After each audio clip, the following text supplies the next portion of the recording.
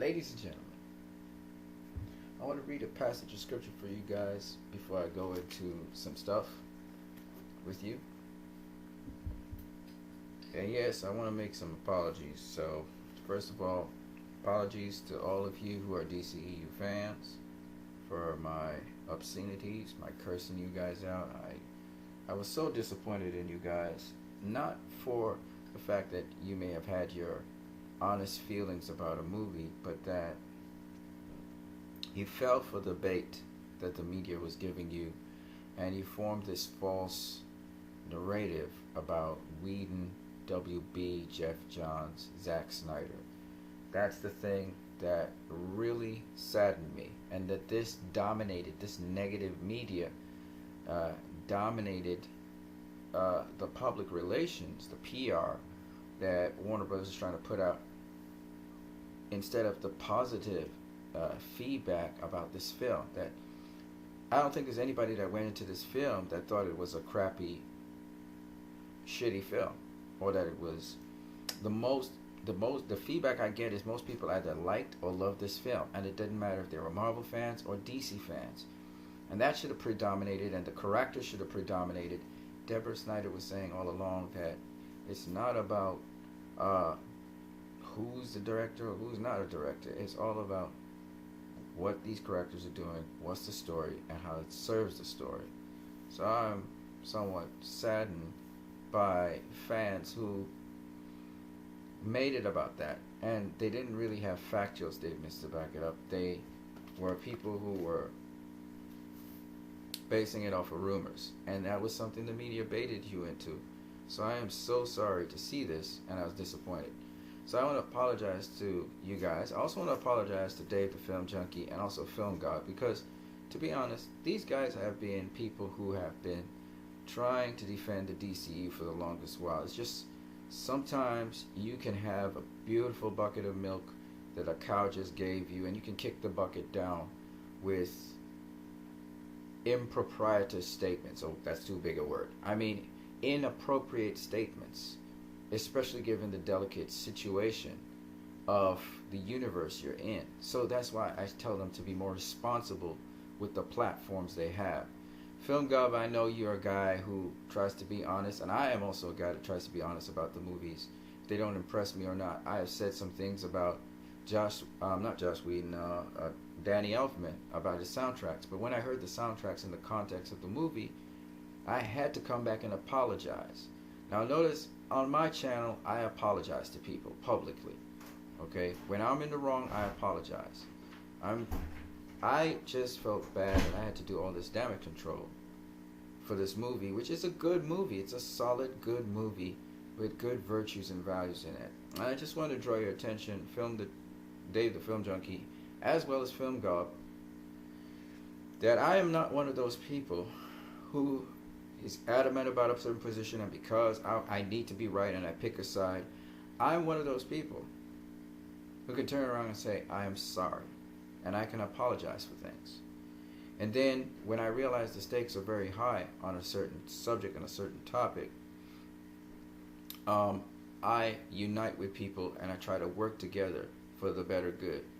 I'm hoping that by throwing out this olive branch to you guys, that you would do one thing. You would think a little bit more wiser in your minds about what you put out there, and no matter what your position is, think about the greater good. Think about the people that don't know about this controversy, the casual fans who are already turned off from going to see this movie, which is a good movie. They're turned off by Rotten Tomato scores. They're turned off by all the rumors surrounding this movie, saying that it's in peril. And now, anything negative you offer to the table, just remember, and it's not true, remember, they're going to get turned off by actual fans of the DCEU speaking out against it. So you guys have to be responsible with how you say it. You need to say things in a responsible way. I'll give you an example of what I mean. So, this gentleman here, he's not really a fan of the DCEU. He's actually a guy, Brett Gulp. And I advise you to go check out his video. See how he, even though he criticizes the movie at a certain point in time, he goes into the intrinsic value the movie offers. And it's very important sometimes to watch these movies more than once. I've heard a lot of people say, when they first watched Man of Steel, they were disappointed with it. But it got better and better with each viewing. I've spoken to a lot of people who said they didn't appreciate BVS. They thought it was a mess because BVS, they went into the movie with expectations. This is another thing I need to say about to you guys. You went into these movies with a certain kind of expectation which wasn't satisfied. On a second, third, fourth, fifth look at the movie, now your eyes are washed from those expectations, and now you're really actually taking in what the movie's actually telling you. And I try to avoid going into movies with expectations, just as how I try to avoid having expectations for things in life. Yes, I have plans, I have goals, but I need to take what life gives me and utilize it to the maximum. That's the only way you're going to enjoy life. Otherwise, you go through life continually being disappointed. So that same principle you apply to life is the same principle you should apply to anything, including entertainment. Especially if you're heavily involved in it and you haven't taken a step back to really get an objective point of view of it. Especially if you're somebody who's arguing for the DCEU and you're not, and you don't realize that you've found yourself picking a side, and then you get disappointed when that side doesn't satisfy what you were trying to defend because your mind has sort of elevated it to a status that is too high. A lot of people who worship Zack Snyder, and that's why we try to tell people to avoid hero worship, because it's not about the person, it's about the ideal. A lot of people who worship Zack Snyder, and just like a lot of Christians who worship Jesus Christ, I'm going to put that in there, they start to objectify the person and forget about the ideals, the content that the person's really trying to get you to understand and experience. They start worshiping the person. This is why in Christian circles, they say, God says, I have no form. Do not try to make an idol and worship me. Because we tend to want to objectify people instead of holding on to the ideals that they really represent. Okay, so you will realize when I come and I say something on my channel, I try to give you guys something from the heart and something of content that you can take and go in your lives with. That's the whole purpose of Christ I Am Disciple. All right, that's the whole reason to be a Christian. Okay, and I don't always represent what I say. And people usually actually go by what you do and not by what you say. So I understand when I fly off my handle and I start castigating people that a lot of you people are going to say, but you say you're a Christian. That's not how a Christian behaves. You're absolutely right. You're 100% right. And I'm 100% wrong. Okay? But go check out this channel. He will show you how it's nothing wrong with saying you're disappointed about a movie. Absolutely nothing wrong. And people change their minds. You can go back, watch the movie a second and third time, and you can have a different point of view. It's a problem when you try to account for your disappointment by creating a narrative of lies to hold your position. This is what's happening right now in the political arena of America. People are trying to validate this guy who was a judge, Mr. Moore. They're trying to validate the fact that he actually sexually harassed and assaulted young women. Look, man, you can't rationalize that. You can't. And too many times in society, we are rationalizing things which are wrong. We're not dealing with facts. We're twisting. We're calling facts now fake news.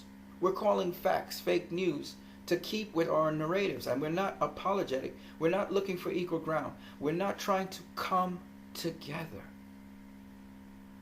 over hope, over Superman. This movie speaks volumes about the world we are living in today. I advise you to just go and check out this video by Brett Gulp.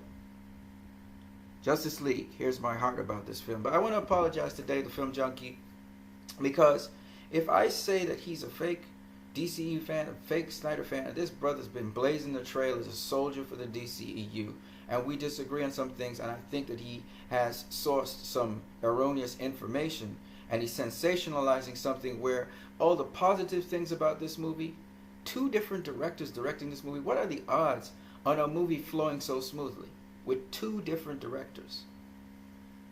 It's very rarely done successfully. Very rarely done. Okay, Rogue One had its problems. and it still pulled it off. People still had criticisms, but it still pulled it off. But it's very rare that that happens, and it usually ends in tremendous disaster, folks. People don't even like the movies. Okay? So I'm saying to you guys, think about the positives that came out of this. We didn't expect this film to be a completely Zack Snyder project because Zack Snyder didn't completely do it. But for what we got, the vision of Zack Snyder is intact in this movie. It is. So stop lying about his vision not being intact. It was. Let's calm down and let's be reasonable. That's all I'm saying. Chris Wong. This is another guy who he tries to stay positive and he also tries to stay factual. And I like him. I like his channel. Doesn't always do things that I agree with, but I can tell you this, he comes with facts and he reports the news. This is another good guy. Of course, a guy I respect very highly, Samuel Utton. I respect him a lot because like Brent Gulp, he looks for the values, the virtues, the qualities in the movies. And so he's done an analysis of the themes and characters in Justice League. He's already did something like what I do. And the other one is Man of Steel Answers Questions, or Man of Steel Answers, I think. That also gives you the virtue in the movies. Because of these channels, people came to like Man of Steel. Because of these channels, people saw the virtue in the movies that they dismissed before.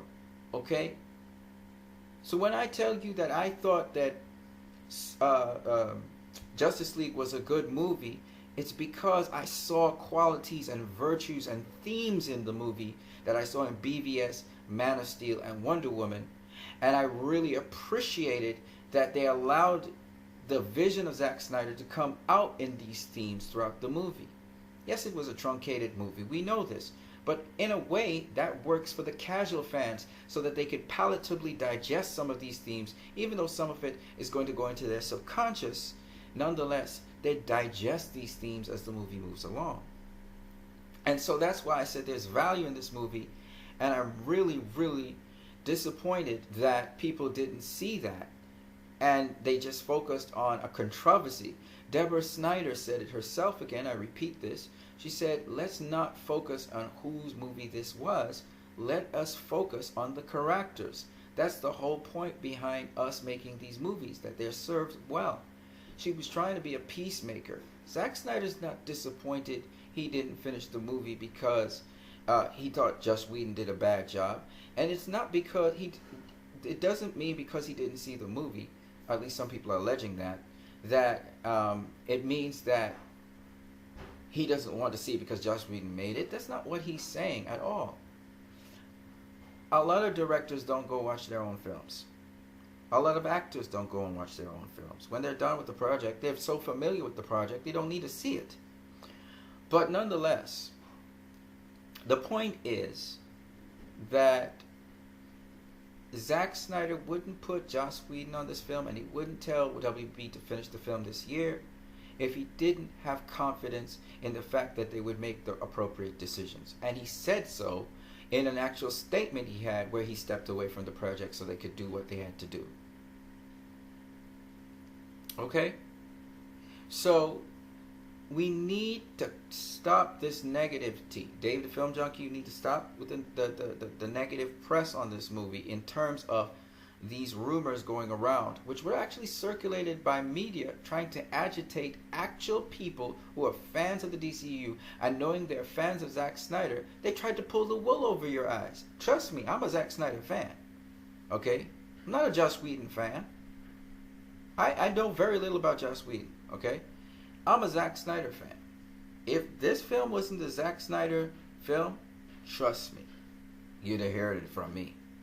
You'd have heard it from me. And for those people who've been following my channel and you saw the earlier videos on my channel, you knew I had those concerns coming up. I was very worried about it. And even down to the CGI, the colors, the tones fit into a Zack Snyder film. Okay? And I thought it was well done. Okay? I know there were certain incomplete things they were working on coming down to the end of the film. We could see it. We could see the lack of polish in certain areas. But that's a minor critique in my opinion, since I go by story, I go by content of a film. And all Zack Snyder films carry content, and this film was no different. Okay? So, I wanted to share that with you guys. I want to shout out to Itzmo, shout out to JVS as well. I like how you guys handled these situations. You didn't avoid speaking about the things you were not happy about. In fact, a lot of people who critiqued this movie, including people who were detractors of the DCEU and didn't like them, and actually had favorable things to say, all of them had things to say that were negative about the movie. There was negative things and there were positive things about the movie. But to let the negative things carry so much weight that they outweigh the positive things, then how can you like the movie? If you came out of the movie liking it, if you came out of the movie loving it, if you're watching the movie multiple times, how can you let the subject of your conversation solely be negative things? Aren't you sending a message to the people who haven't seen the movie that you did not like the movie? Even though you say it with your mouth, your content and your actions speak otherwise. That's bad PR. If you're trying to promote something, you're not going to just emphasize on the negative things about it. If you're going to promote something, you're going to emphasize on the positive things that outweigh the negative things. But you obviously talk about the negative things as well because you need to be honest. And when you guys went off on a rant about this thing being deleted and that thing being deleted and we really need to see Zack Snyder's cut, and you're making this demand in the midst of a film that's struggling to make box office, you are ignoring that film completely and you're bringing all the attention onto Zack Snyder's new film, which may never come to be because Warner Bros. May never have the money that they lost from the first film to make a Zack Snyder cut. So you jeopardize the Zack Snyder cut and you jeopardize the very film that you said you liked. And you go off on negative PR about the film, and you're sending a message, you're broadcasting a message to the entire world, telling them how much this film had problems and was not fulfilling the vision of the original director, even though we all know if you have two different directors working on a film, you're not going to get perfectly the original director's project and what he originally intended. It's not possible. So you are asking for an impossibility, and on top of that, you are also making big of something that does not matter because it's a good film. And now you take the attention completely off the film and you're talking about something that's a hypothetical for the future that may or may not happen. How is that helping anything, guys? How? I'm a reasonable person. I'm not a blind fanboy. I hear people accusing me of being a Joss Whedon fanboy. I don't know anything about Joss Whedon. I'm just watching at the process that's going on. And for all you guys who are debunking the media's outputs, how can you just roll with them after you've seen a film? Didn't you realize they had an effect on you and how you were processing the movie? You went in with baggage. The media created a conflict, an imaginary one, which you bought into. You bought into it.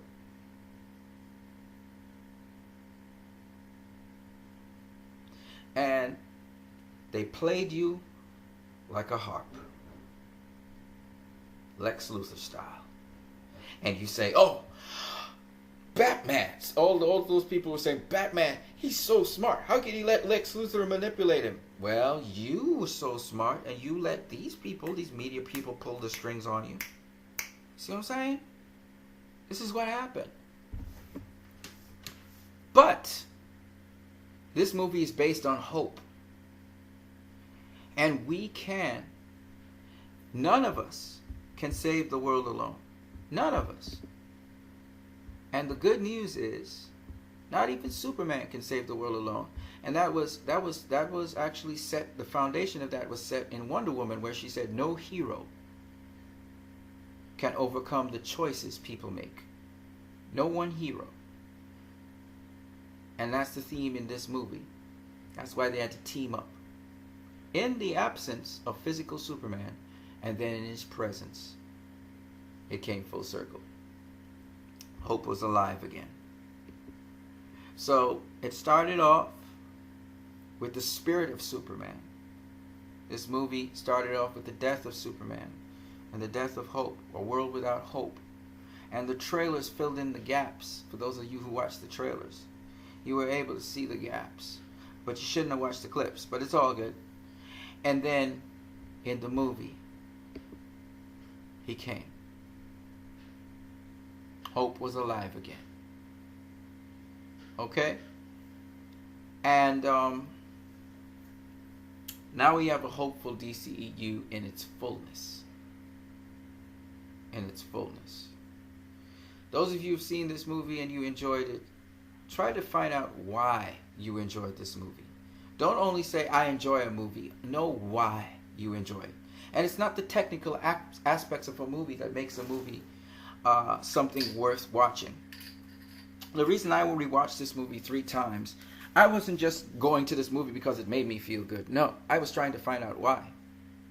Why was it making me feel good? And I started to look at the themes, the content, what Zack Snyder was doing in his trilogy. When I put out my video, I know a lot of people watched my video because the videos that came after tell me that some people went and rewatched the movie again because I started to talk about the themes and the content and the concepts. And Samuel Otten is a similar person like myself. The only difference is he's much more measured in how he responds to people. And he thinks before he speaks. Something I should also, the same message I'm giving to DaveTheFilmJunkie and the same message I'm giving to Film Gob, I need to take it for myself. And that's why I am apologizing to both of them and both channels. I want them to know on this channel that that was reckless of me to bash them like that. And I have a tendency to be very arrogant. So, I apologize.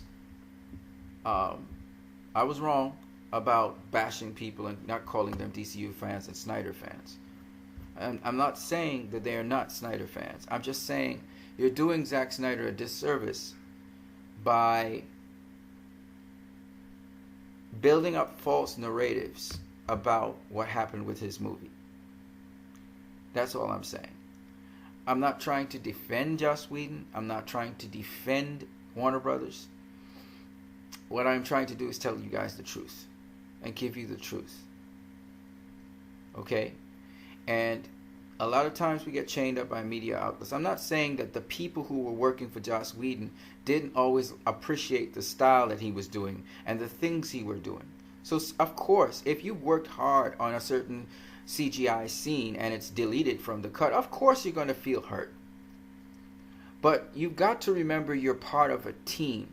And a lot of these guys who had to step away from the project for whatever reason, or they were kicked off the project by WB, because I still smart, and it hurts me that Junkie XL was just kicked off like that, but nonetheless,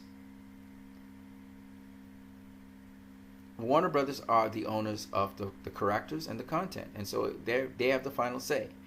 And if you're going to kick off Junkie XL from a project, what better person to put on than Danny Elfman? Okay, so I didn't really have a problem with it. And then, of course, when I heard Danny Elfman's score, I vacillated, and I was like not impressed at all. And then when I heard the score in the movie, I was quite impressed because I understood what they were going for. It was almost a continuity of Wonder Woman, but yet a continuity of BVS.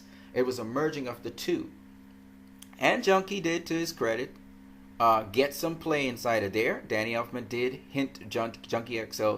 He actually used him quite a lot in the movie, but you guys probably didn't realize that some of those tense moments, those sort of suspenseful scenes, were actually similar progressions to what Junkie XL was using in Batman v Superman.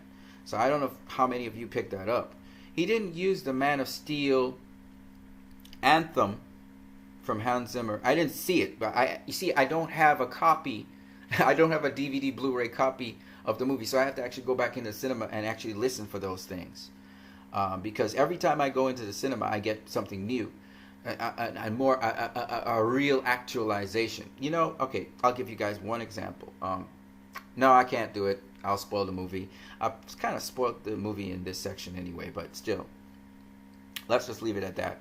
So I will go through, as I said before, as this week goes on, I'm going to go through some more spoilery details. There's so much in this movie to unpack, but as I said before, we're going to have the discussion on Sunday, and I'll unpack a lot of other stuff, but I need to go right now. In the meantime, I want to again put forth this apology to Dave the Film Junkie and also to Film Gob, because you guys have been soldiers for the DCEU. You've been fighting hard, and you've tried to be unbiased and fair to the DCEU to the most part, especially Dave the Film Junkie, who he likes both Marvel and DC films, and I give him props for that, even though I didn't personally like Thor Ragnarok. But the difference between me and other people is, even though I didn't personally like Thor Ragnarok, because it's not my style of movie, okay, it doesn't mean that there's not value in that movie. And I separated my feelings about the movie and what I thought about the movie from what actually was in the movie. And this is the thing we need to do as platforms. While you may not personally like certain things, you must always pull out the value of the thing so that you can show why other people may have appreciated it and what they appreciated. This is what the critics need to do as well. While you may not have personally taken to a film, there are people from many different walks of life, so you must be able to put yourself, not necessarily put yourself in the shoes, but see the elements in the film, which while they didn't work for you, you can see how they would work for other people. You must be able to see both sides of a story. And that leads to much more objective criticism. Much more objective and substantive reviews. And that's the thing that's lacking in the world today. The ability to see a side other than your side of something. And so this movie is there, and even Thor Ragnarok was pushing that to some extent. It's trying to show us that it's messy sometimes coming together and getting that actualization, reaching that final destination. But in the hope that we can get there to a better resolution of things, we continue to dialogue. That's why I have to keep in dialogue with Dave. I have to keep in dialogue with Film Gob. I must apologize where I went wrong. It sometimes gets messy in a relationship. We don't always agree. Sometimes we haggle and squabble and fight. But in doing so, if we keep the dialogue and we open our minds to see the other person's side of what they're saying, then we can actually reach resolution down the road. And who knows? We could come out of this better than we came in and learn a lot more than when we first started. And that's the good thing about dialogue. So that's what Justice League represents in essence. It's the hope of a better, more positive possibility. As I learned from Brent, the channel that I just spoke to you guys about. I'm trying to find the channel right here. Here it is. This gentleman here, Brett Gulp. He actually made me go to tears. I actually cried. I cried at the beginning of Justice League. I'm not going to lie to you. I know I'm a man, but I cried. It touched me at my soul. And Brett basically tapped back into that and made me cry again. Because to me, these movies are translational to real life and real issues. And some things you and I can embrace and take with us and literally change the world one person at a time. So I literally take these movies to heart. I really do. And that's probably why I'm sometimes so passionate about defending them or letting people see the virtue in them, because I'm all about virtue and qualities.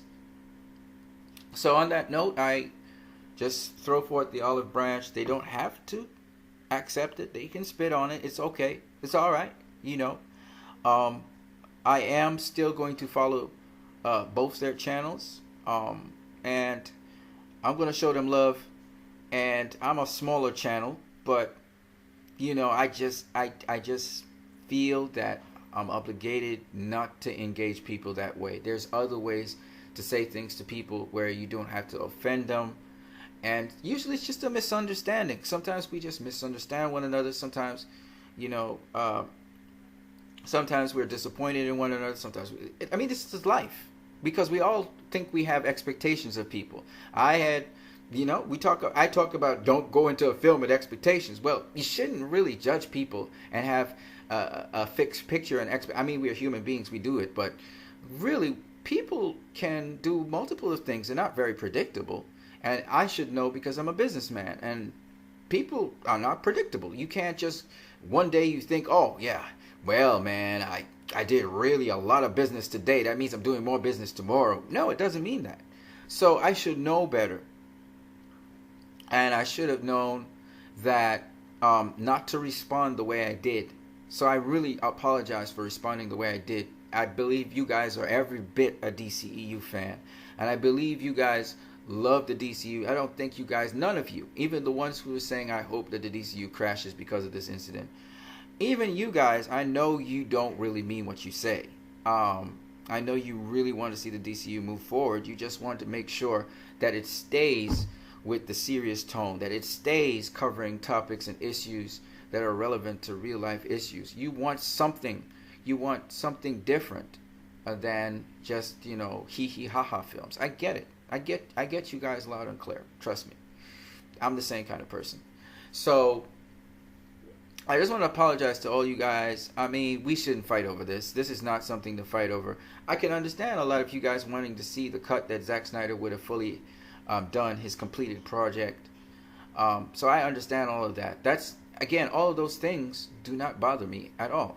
That's something anybody would want, okay? It's just, I think in the process, let's not scapegoat people. Let's not attack people.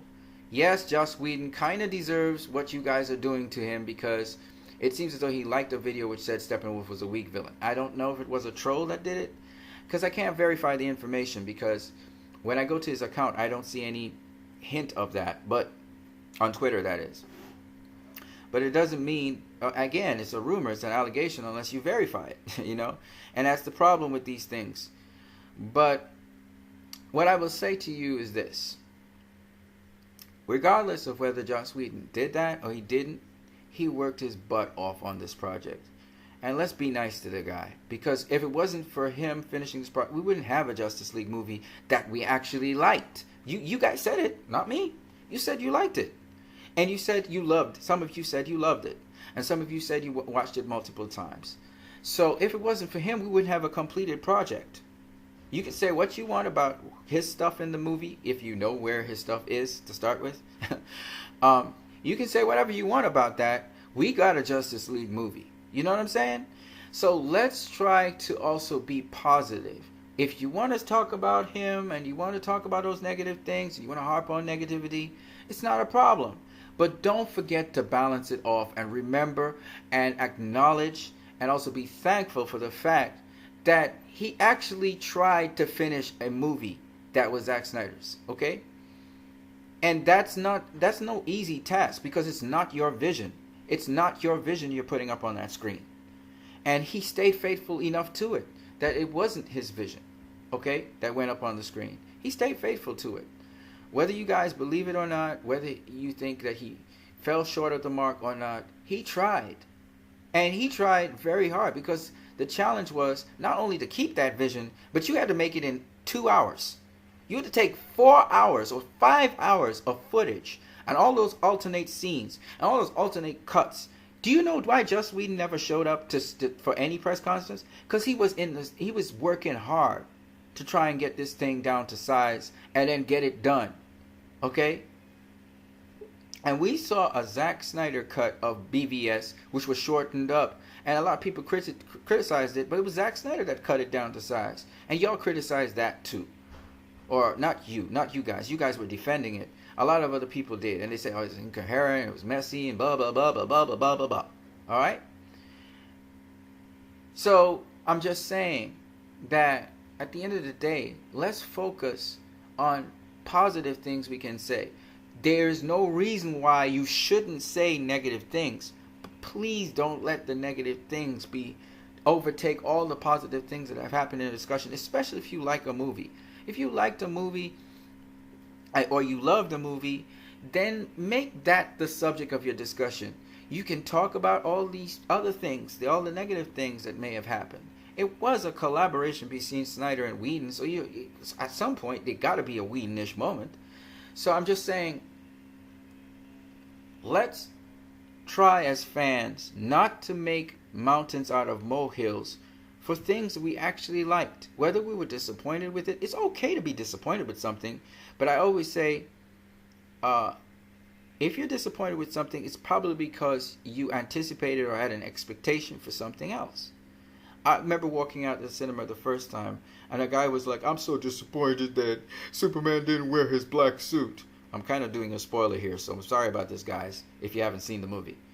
And I looked back at the guy, and I was like, "So we got Superman. He looks fantastic, and you're just worried about a black suit? Didn't he show up in a black suit in Man of Steel?" So I mean, really? Okay, he didn't wear a black suit. So, and he was like, he wore a black suit when he returned in the comics. Yeah, for a little while he did, but he then returned to his blue suit, right? So, I mean, what's the big deal? So, I mean, at the end of the day, if that is something you hold on to and that makes you sour for the movie because he didn't wear a black suit, aren't you being a little bit fickle? Because this movie had so much more to offer. I'm just saying, I don't know, fans are fickle. We are fickle at times. But I'm just saying. So, when you think about what you're really disappointed about, you will realize it's just some fantasy expectation you had in your mind of something happening because you saw it in the trailers or you saw it somewhere else and you thought it had to happen in the movie. But if you really think about it, this movie was hyper-scrutinized, okay, because it's Justice League. But if you think about it, there are so many trailers out there where stuff in those trailers don't ever happen in the movie. Okay? There are many, many, many movies like that. Okay? Where you see stuff in the trailers, it's not in the movie. So what? So what? We can go with Rogue One last year. Stuff in the trailers that the shots were just never in the movie. The scenes were never in the movie. Thor Ragnarok, which was just very recently. We had the Hulk jumping in the air to fight against that red monster. That never happened in the movie. Never did. Thor had 2 eyes and they were glowing with fire when he came down from the sky. Nope, he had 1 eye. So what? Huge scenes of Thor Ragnarok that were in the trailers weren't in the movie. We've seen it with Suicide Squad. We've seen it with Man of Steel. Stuff from the trailers, not in the movie. So what? The trailers are to hype you for the movie. So, I mean, you have to understand in the process of movie making how many people are involved in the movie making process, how they have to edit down things to get to a certain format and size. A lot of things were publicized, or at least rumors were circulating about Justice League all the time. You got all this news, so if you were following all of that, you get caught up in all of those rumors and stuff, and you don't know what's truth from fiction. And I'm just saying to you guys, you're making a mountain out of a molehill. If you liked the movie, that was the important thing. You came out the cinema loving the movie, or slightly disappointed, or you liked the movie, you go watch it again, did you realize, whoa, I missed this, I missed this, I missed this, I missed this. Oh, that's what they were really saying. The first time I went in to see Justice League, I missed a lot of stuff. A lot of stuff. It was just right under my nose. It just sped by me. Other things were a little bit more obvious. I was like, oh, that came from Wonder Woman. Oh, that explains why she did. There you go. There's a connection between BVS, Wonder Woman, and, when Diana was talking. With their little discussions that they had. I mean, you have to be able to go into a movie and just listen to the story tell you. I've watched this movie 3 times. All 3 times I missed a ton of stuff. Okay, which is why I started listing off themes and concepts and concepts and themes. There's just so much stuff to talk about. So much stuff to talk about in this movie. A lot. And I haven't done it in any particular order, but I will try and be more organized. I'll try to visually show you what I'm talking about. Alright, there's just too much stuff to talk about. A Zack Snyder film, I'll say this about you guys. A Zack Snyder film is layered, yes, but it's filled with all kinds of stuff. That's why I love Zack Snyder's films, right? There's all kinds of stuff going on in the film.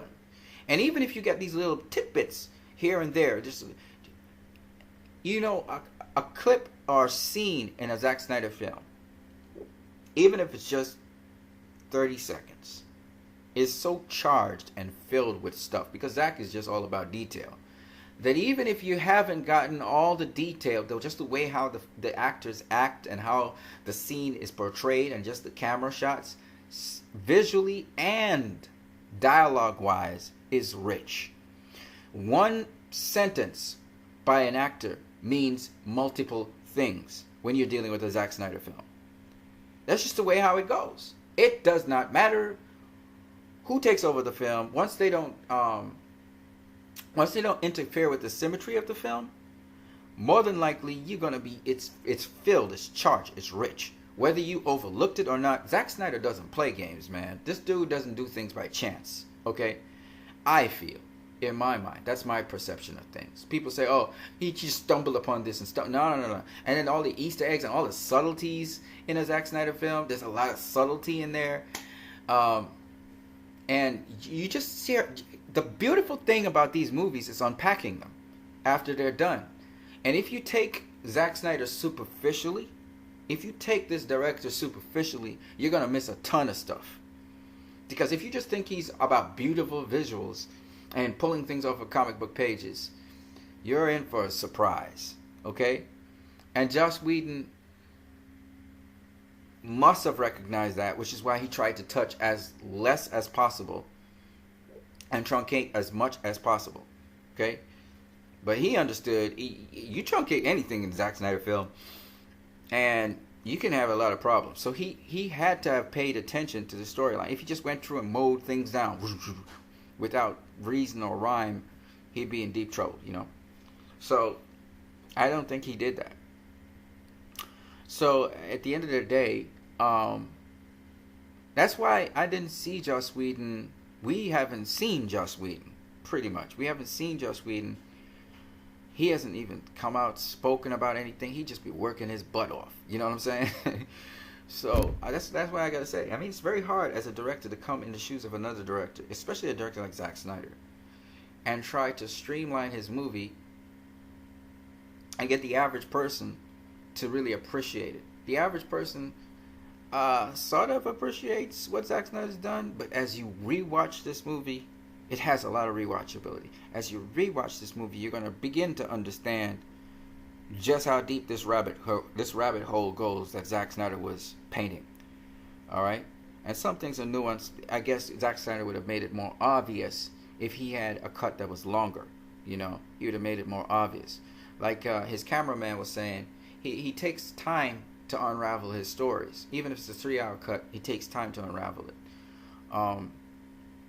But the average person would not appreciate, I think, his longer versions. It would still have resulted in probably critical panning. They would still have critically panned his stuff because they just don't like Zack Snyder. And clearly, they panned this movie because they thought it was a Zack Snyder film. That's what they thought it was. They thought Joss Whedon came in and touched up a thing or two, but they thought it was a Zack Snyder film. So he got the treatment again. All right. Anyways, I've said more than my fair share of stuff, but I hope you guys enjoy the rest of my videos that will come out between now and Friday. And I also think that all of us, not just you but myself, need to take to heart the impact that we will have on other people by our actions. And you know, there's no need for a rift in the DCEU with DCEU fans. We do have a lot of damage control to do, though, with this movie. We're going into a weekend where hopefully we can redeem this movie and we can really get some people on board to go see it. Our focus should be on that. It should not be on divisive topics at this point in time. We all know this is a good movie. All of us know that. Whether we're slightly disappointed or not, this is not a wreck case like Fantastic Four. So this movie does not deserve to flop at the box office. It does not deserve it at all. And a lot of good movies this year have flopped at the box office. Different people have different opinions about Blade Runner 2049, but I thought Blade Runner 2049 was a good movie as well because I could find intrinsic value in it. Again, as much as Blade Runner 2049 was a good movie and took its time to tell its story, I think that this story, Justice League, is a richer story than Blade Runner 2049. Take that for what you may. I'll show you why. It's the end of a trilogy. So what you're seeing wrapping up here is a wrapping up of so many different values that bring the story to a head and really bring it to the more recognizable story that a lot of us know from the comics, animated comic series. And Zack Snyder hinted to that by the date of this movie, which is November 17th of 2017, which is exactly 16 years later, November the 17th of 2001, when the original Justice League animated series began. And it literally felt like the original Justice League animated series by the end of this movie, which is what I absolutely believe Zack Snyder was shooting for, which is why he hinted to it in the date. So I completely disagree with anyone who says that Joss Whedon trashed Zack Snyder's vision. That's absolutely what Zack Snyder was going for, and he nailed it. Okay? He nailed it. So, and I love that this movie, even though when I was in the cinema, some of the children, they kind of disengaged at certain parts in the movie because it was kind of a little too tense and a little too deep for them. Because there are a couple places in this movie where you're just genuinely going to get scared. Okay? They're scary moments, and you're going to jump. You know, and you thought BVS was like that. BVS had, I think, 2 moments. It was one with the bat coming out of the cave, and I think the other moment was, I'm trying to remember where it was, which were pretty scary moments. And then, let me tell you why this is a Zack Snyder film. When Batman was fighting Superman, you felt like Batman was going to kill Superman. You were really worried about that. In this film, you're going to feel a certain way about Superman. It's going to make you wonder what's going on. So, and that's Snyder. That's a Snyder moment. Because Snyder always sometimes walks that fine line between, is this person good or is this person bad? It's not a guarantee that the good guy is going to be the good guy at the end of the movie. And it's not a guarantee that the bad guy is going to be the bad guy at the end of the movie. That's a Zack Snyder trait. You saw it in Watchmen. You saw it in Owls of Ga'Hoole with certain characters who turned against the Owls and betrayed them, and they were bad guys. And then some of the bad guys that flipped the script and became good guys. You saw that rift. You saw it. I don't think you saw it in Sucker Punch. But in Sucker Punch, because it was a psychological fantasy story, it took a little bit of thinking to get to the point where you understood who Baby Doll was and what she was going through. So it was very interesting. So anyway, at the end of the day,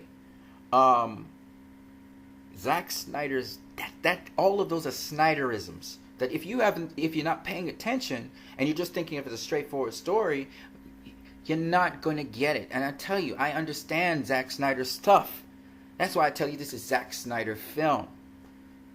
You understand what I'm saying, guys? You know, I'm a Zack Snyder fan. You know what I'm saying? I'm not a Joss Whedon fan. I don't know too much about Joss Whedon. I haven't been following him like that. But I can tell you about Zack Snyder. You know, and Zack Snyder, he has some really, really funny jokes. And some of his jokes, they miss the mark because they're just kind of out there. And so that's why I'm saying Zack Snyder is one of those guys which, you know, sometimes you see something out there and you say, oh, that's Joss Whedon that did that. Not exactly. That could have been Zack Snyder. I can't really tell you. You know what I'm saying? So I'm just saying, Joss Whedon probably reined the stuff in. Zack Snyder can go way out there with his jokes sometimes. He can be extreme. So I'm just saying, so that you guys understand, if you guys just go watch his movies, man. Just go watch Zack Snyder's movies. You can't be a Zack Snyder fan and you only watch Batman v Superman, Man of Steel. Then you're not really a Zack Snyder fan. You have to watch his other movies to see what he brings to the table. And I always argue, Zack Snyder does his cut something like Quentin Tarantino. So if you guys are saying that there's some transitions between cuts that seem a little bit uneven or sudden, that's a Zack Snyder trait. You guys are going to get it. You're going to understand why this is a Zack Snyder film in time. You're going to understand that. Okay? And the nice thing about it is, and that's what the critics were critiquing about. I'm talking about a mess there and a mess there. Ain't no mess. That's Zack Snyder style. Alright?